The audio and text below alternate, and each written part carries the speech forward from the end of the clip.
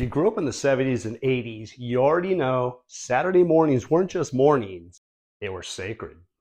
Let me take you back to mine. So Saturdays back then, they were pure magic. I would roll out of bed around 8, sun shining through my window, sneak past my parents, and get on a stool, and I'd grab that cereal box, that sugary cereal box from the refrigerator, load the huge bowl. I would have a massive bowl. And you have to have the spoon, the table spoon, not a small spoon, but a huge spoon, because you want it totally heaping with cereal that you can't even fit it in your mouth, but who cares? You get that one bite, right? Splashing milk everywhere.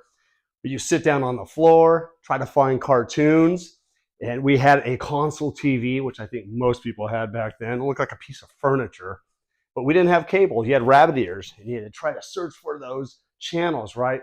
Bugs Bunny, Looney Tunes. And once you found those, you were just in heaven. You were completely stoked because you're just sitting cross-legged watching tunes. Then you got cereal, sugar, sweetness. And other cartoon lineups were totally rad. Thundercats rolling around 8:30. If the cartoon gods were generous, you would get He-Man. And then you get some hilarious laughs with Wile E. Coyote launching off a cliff and doing a faceplant on the desert floor. Any kid in the 70s and 80s knew that cereal was its own food group. My favorite?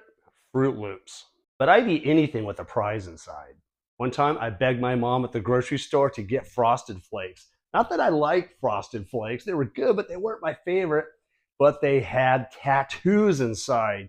You can do a lick and stick tattoo, and on a Saturday afternoon I can impress my friends and walk out with some cool tattoos that I got from the cereal box.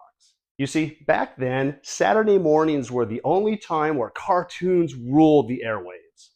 There weren't 24/7 networks like Disney or Nickelodeon, let alone streaming giants like Netflix. When something's rare, you treasure it more. And Saturday mornings were pure gold.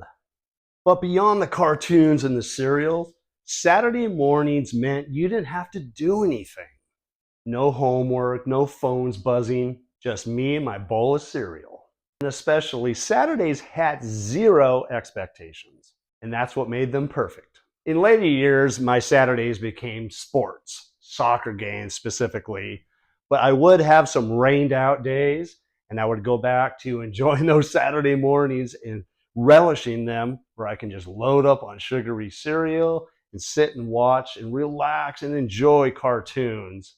Kids today will never know the struggle we had of waiting an entire week just to watch your favorite cartoon, or the joy of diving into a cereal box just to get your favorite prize or toy. But hey, we still got the memories. And honestly, they're better than any binge watch session today. So what about you? What was your Saturday go-to? Tell me in the comments. I'd love to hear it.